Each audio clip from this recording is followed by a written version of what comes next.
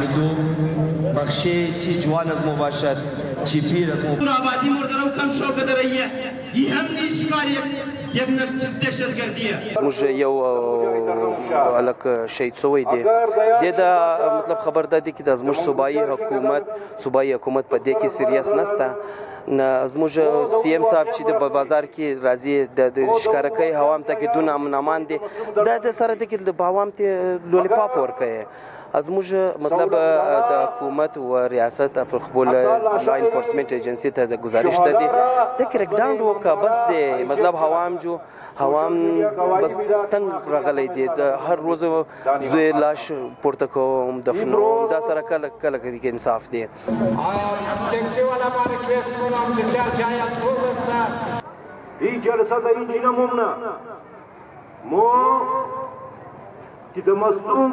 رفته میزنی زموږ اول مطالبه دا ده چې زموږ د سیاسي نمایندگان دي د مذهبي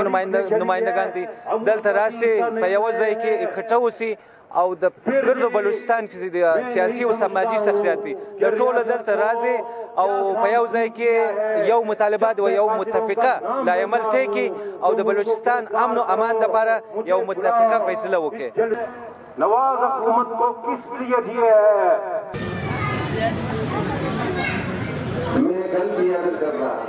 مانم چې دی علي خان دی موږ له دغه وجهش که دلته ناست یو دا درنه چې موږ نیولی ده دا درنه زموږ چې دی دا نه دی چې صرف ځان دپاره م نیولی ده دا د ټولو خلکو درنه دی دا درنه موږ چې ونیوله دغه وجهش که چې دا خلک راټول سي دا مسیران راټول سي دا دونه خلک سریعام ولې وزني سر د خلاصو څلور پنځه کسان ولاړ دی یو سړی راځي هغه وزني دا ولې او اوس چې دی دا دونه خلک چې راټول سوي دي پښتونخوا دی وطن ملي پارټي دی دا نور خلک چې دی دا نن 9 بجې نن ماښام 9 بجې دی فیصله کوي دا درنه چې دی صرف د دغه وجهش کوي कि महीने में 2 मरतबा पहली तारीख को और 15 तारीख को बाज़ार में ये है कि अन्न का बहुत ज़्यादा हम ख़ुद को अनसिक्योर फील करते हैं कि कहीं कोई ब्लास्ट ना हो। वैसे तो जनरली एक खौफ का एलिमेंट है। दूसरा ये स्पेशली हम लोग जैसे भी पहले मैंने आपको बताया था कि हमारी ये फेसेस अनएक्सेप्टेबल है, दूर से पहचाने जाते हैं, इजी टारगेट्स हैं, सॉफ्ट टारगेट्स हैं। यूँ फील होता है जैसे भी कोई गुजरेगा और मार देगा, तो इस तरह की सिचुएशन है।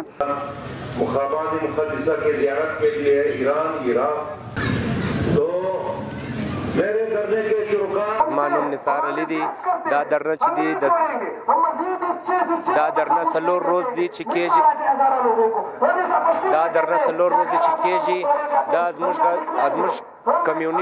کمیونټي سره په کوټه ښار کې په بلوچستان کې د 20 کال څخه دا ظلم روان دي، روزانه ټارګټ کلینګ روان دي، کم از کم 2000 کسان شهید شوي دي،